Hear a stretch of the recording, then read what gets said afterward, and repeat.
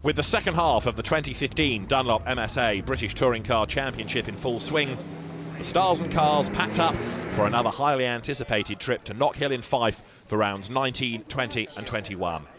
A unique and undulating amphitheatre of motorsport, Knockhill provides a spectacular setting for Britain's top series, and a partisan crowd fill the spectator stands as four Scotsmen, including championship frontrunner Gordon Shedden, prepared for battle on the near 30-car grid in a bid for home glory.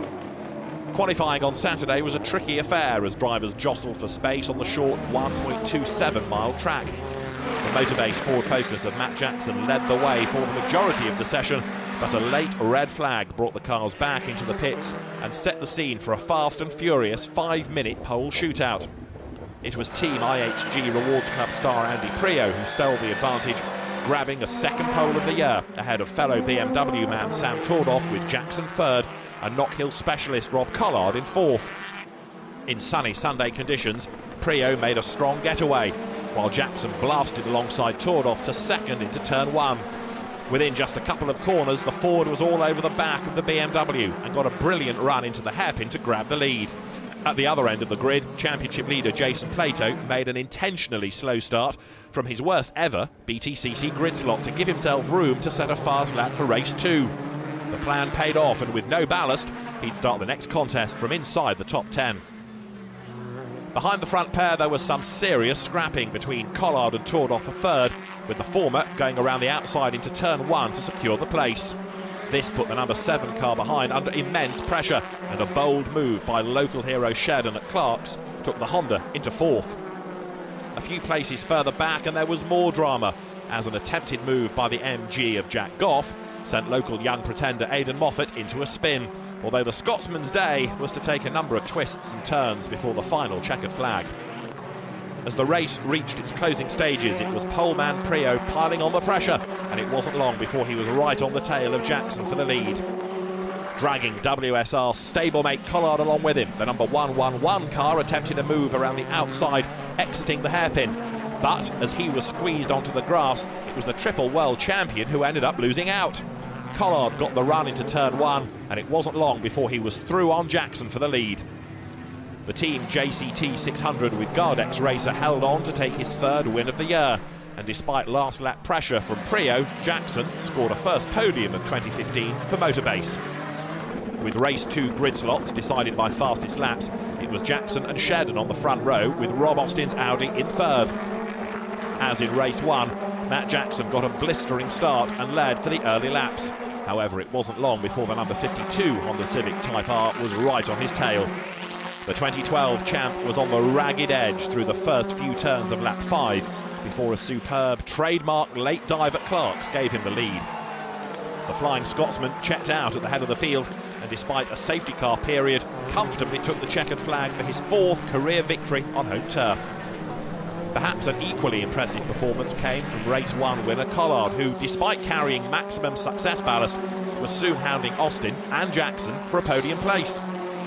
It was a superb battle that saw Jackson defend valiantly into turn 1 for a number of laps. Following a safety car period, Austin made a mistake and allowed Collard through, and with a couple of laps remaining, he caught Jackson to grab a superb second place. After a delightful Snetterton weekend last time out, Colin Turkington's title defence took another twist as he suffered a DNF following contact with Andy Prio. The Ulsterman struggled to regain ground and ended up slipping to 4th in the standings by the end of the day. For the final encounter, it was to be an all-Mercedes front row for the first time ever in the Btcc, with Adam Morgan drawn on pole ahead of Aidan Moffat, who recovered from his race 1 incident to secure a crucial top 10 spot in race 2. The duo made a strong start, and 2-time Btcc race winner Morgan streaked away to an impressive advantage in the early laps. As the leaders were charging, podium scorers and earlier winners were all thrown into the fierce midfield battle, with Shedden, Jackson and Collard fighting with the likes of former Knockhill race winner Dave Newsham for a spot inside the top 8. As is often the case with race 3 encounters, there was a number of feisty moves for position, particularly from the BMW of Andy Prio, who nudged his way past Austin and Plato before setting off in pursuit of teenager Aidan Moffat, who was running in third. Prio made a tough move, without realising there were yellow flags that caused the Mercedes driver to ease off slightly, and after the race the positions were reversed, handing the delighted teenager his first ever Btcc podium. The exciting day's racing was to be concluded with perhaps the overtake of the race meeting, as Matt Neal's Honda began to home in on Adam Morgan's Mercedes in the final few laps. Despite driving well all race, the Wix Racing driver was to suffer some bad luck at just the wrong moment, collecting debris that cost him time and put Neal within striking distance. As the cars sped towards the hairpin for the penultimate time, Morgan looked to have enough of a gap, but a sensational dive from Neal sent him sliding up the inside and into the lead. He held on to take victory and move himself into third in the drivers' standings behind Shedden and Plato, who, despite having a quiet weekend, only lost a handful of points to his rivals. Having given the jubilant Knockhill crowd plenty to cheer about, Gordon Shedden spoke to Louise Goodman as the sun began to set on Knockhill. Well, Gordon, it's been a fantastic weekend for all the fans here, but a particularly good weekend for you as well, hasn't it? Yeah, it's been great, you know, and it's been great on a lot of different levels. You know, the results have been great. It's been great to get a win.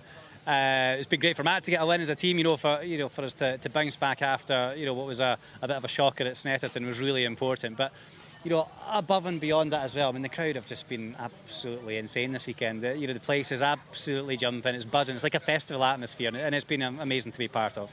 But it's put you back in the championship hunt as we head on to Rockingham. A very different atmosphere, a very different circuit. Yeah, very different, but we had a test there maybe 3 weeks ago and the car was good round there. It's going to be tough in qualifying. I've got a lot of ballast again. Race 1's going to be difficult, but there's more than one way to skin a cat, so we've got to try and score the best we can over all 3 races. What kind of car do you think is most suited if you look up and down the pit lane? Which of the teams is it going to suit? I think there'll be a lot of people in it. I think all the usual suspects. I think that's the way touring cars is this year. The competition's coming thick and fast. You can't single out anybody, but we can't affect or change what anybody else does. All we can do is the best job ourselves, and I'm sure this little Civic Type R is going to be firmly in the mix. Rockingham is, because of the way that the circuit's built, a massive bank of fans around half of it. Then you're off on your own for the other half, isn't it? Mm-hmm. It is. It's a unique venue. Obviously, it's the only anti-clockwise circuit that we go to as well. So it does provide a slightly different challenge for the engineers and for us to drive as well. But it does have a history of providing some pretty special races, and hopefully, or I'm sure it'll be exactly the same again there. We'll see you there. Thank you. Look forward to it.